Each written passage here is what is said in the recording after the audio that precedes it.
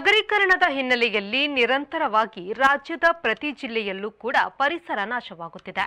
ಅದರಲ್ಲೂ ಉಡುಪಿ ಜಿಲ್ಲೆಯಲ್ಲಿ ಚತುಷ್ಟ ಕಾಮಗಾರಿ ಹಿನ್ನೆಲೆಯಲ್ಲಿ ಲಕ್ಷಾಂತರ ಮರಗಳ ಮಾರಣ ಹೋಮ ನಡೆದಿದೆ. ಇದರಿಂದ ಜಿಲ್ಲೆಯ ವಾತಾವರಣದ ಉಷ್ಣತೆ ವರ್ಷದಿಂದ ವರ್ಷಕ್ಕೆ ಏರಿಕೆಯಾಗುತ್ತಿದೆ.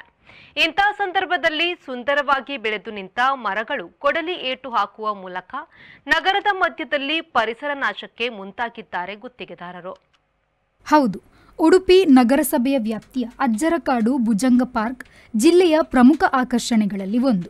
ನಗರದ ಹೃದಯ ಭಾಗದಲ್ಲಿರುವ ಭುಜಂಗ ಪಾರ್ಕ್ ಚಿಕ್ಕ ಮಕ್ಕಳಿಂದ ಹಿಡಿದು ವಯೋವೃದ್ಧದವರೆಗೂ ಕಾಲ ಕಳೆಯಬಹುದಾದ ಪಾರ್ಕ್ಗಳಲ್ಲಿ ಒಂದು.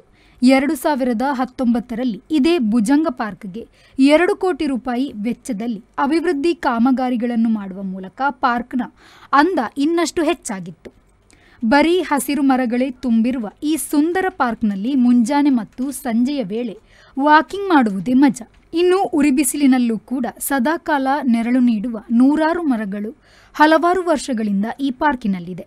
ಸದ್ಯ ಇಂತಹ ಸುಂದರ ಪಾರ್ಕ್ನ ಮರಗಳಿಗೆ ಕೊಡಲಿ ಹಾಕುವ ಕೆಲಸ ಗುತ್ತಿಗೆದಾರರು ಮಾಡಿದ್ದಾರೆ. ಇದಕ್ಕೆ ನಗರವಾಸಿಗಳ ವಿರೋಧವೂ ಇದ್ದರೂ ಕೂಡ ಯಾವುದನ್ನೂ ಲೆಕ್ಕಕ್ಕೆ ತೆಗೆದುಕೊಳ್ಳದೆ ಹಲವು ಮರಗಳಿಗೆ ಕೊಡಲಿ ಹಾಕಲಾಗಿದೆ. ಸ್ಪ್ರಿಂಕ್ಲರ್ ಚಾರ್ಜ್ ಮಾಡಿ ಎಲ್ಲ ನೀರು ಬಿಡ್ತಾ ಇದ್ದಾರೆ. ಜೋರ್ ಮಳೆ ಬರ್ತಾ ಉಂಟು. ಸೂರ್ಯನಿಗೆ ನಾವು ಟಾರ್ಚ್ ಲೈಟ್ ಹಿಡಿದ ಹಾಗೆ ಇಲ್ಲಿ ಏನ್ ನಡೀತಾ ಇದೆ, ಇಲ್ಲಿ ಯಾರಾದ್ರೂ ಸ್ವಲ್ಪ ಜ್ಞಾನವಂತರಿದ್ದಾರಾ ಇಲ್ವಾ ಅದು ಕೂಡ ಗೊತ್ತಿಲ್ಲ. ಉಡುಪಿ ಮುನ್ಸಿಪಾಲಿಟಿಯಲ್ಲಿ ಏನ್ ನಡೀತಾ ಇದೆ, ಯಾರಾದ್ರೂ ಇಲ್ಲಿ ಸೂಪರ್ವಿಷನ್ ಮಾಡ್ತಾ ಇದ್ದಾರಾ?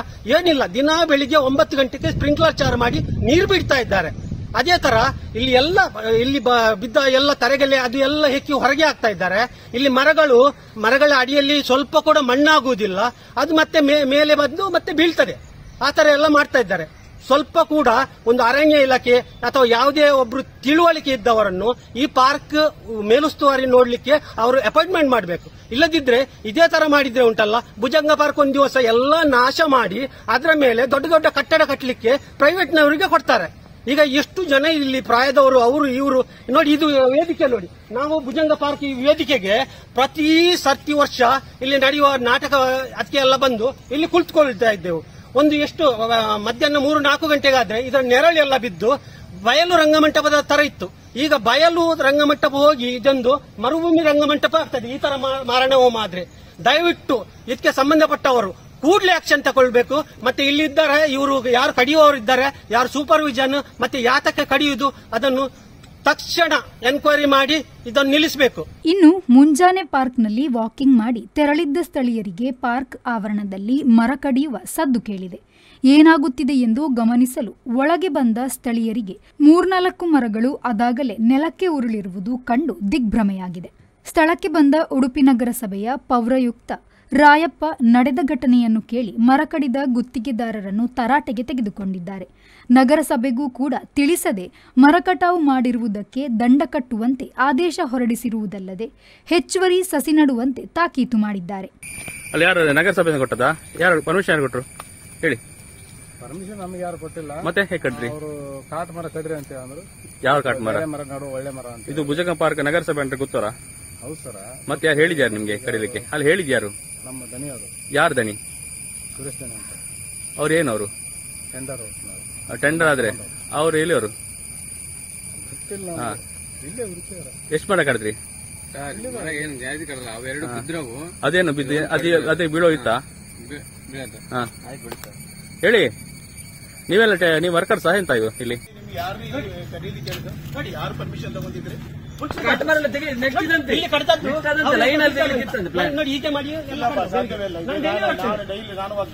ಡೈಲಿ ಬರ್ತೇನೆ ಇಲ್ಲಿ ಬೆಳಿಗ್ಗೆ ಮತ್ತೆ ಸಾಯಂಕಾಲ. ನೋಡಿ, ಕಡಿಯುವವರು ಇವರು, ಅವರ ಸೂಪರ್ವೈಸರ್ ಪಟ್ಟನ್ನು ಕರೀರಿ. ಎಲ್ಲ ಮಾಧ್ಯಮದಲ್ಲಿ ಇಲ್ಲ ಕಂಪ್ಲೇಂಟ್. ಈಗ ಕಂಪ್ಲೇಂಟ್ ಕರೀತೇವೆ. ಮಳೆಗಾಲದಲ್ಲಿ ಯಾಕೆ ನೀರು ಬಿಡುದು? ಇವನು ಚೇಂಜ್ ಮಾಡಿಸಿದಮ್ಮ. ಇಲ್ಲಿ ಯಾರು ತೆಗಿಸಿ ಎಲ್ಲ ತಗ್ಸ್ಬಿಡಿ ಬೇಡ, ಇವರೆಲ್ಲ ತಗ್ಸ್ಬಿಡಿ. ಎಲ್ಲ ಇದ್ರೆ ಉಂಟಲ್ಲ ಇವ್ರ ಕೆಲಸ ದೊಡ್ಡ ಇದು ಮಾಡ್ತೇವೆ. ದೊಡ್ಡ ಸಂಘಟನೆ. ಹೌದು, ಇಷ್ಟು ಮಳೆ ಬರ್ತದೆ, ಯಾಕೆ ನೀರು ಹಾಕಿ? ನೀರು ಏನ್ ಸಿಗ್ತದೆ? ದೇಶದಲ್ಲಿ ನಾವು ಎಷ್ಟು ಕಷ್ಟಪಡ್ತಾ ಇದ್ದೀವಿ ಗೊತ್ತುಂಟಾ? ನೀರು ಬಿಟ್ಟಿಲ್ಲ ಸರ್. ಯಾರು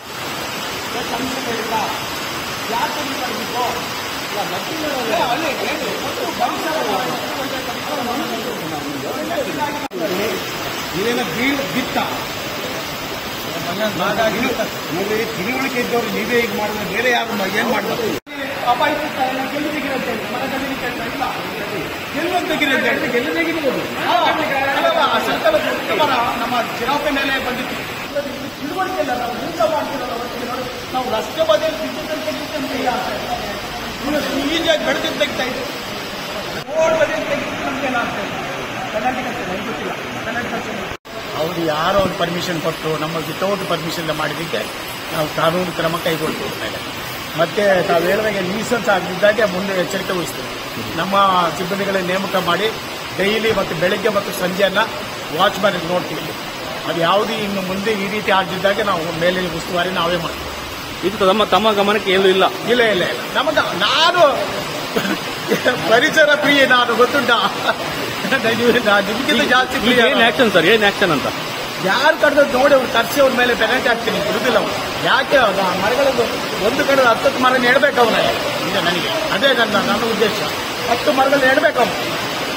ಒಟ್ಟಾರೆಯಾಗಿ ಹಸಿರೇ ಉಸಿರು ಎನ್ನುವ ಈ ಕಾಲದಲ್ಲಿ ಯಾರೋ ನೆಟ್ಟು ಬೆಳೆಸಿದ ಮರಕ್ಕೆ ಕೊಡಲಿ ಹಾಕುವವರು ಇನ್ನೂ ಇದ್ದಾರೆ ಎಂದರೆ ನೀವು ಆಶ್ಚರ್ಯ ಪಡಬೇಕಾಗಿಲ್ಲ.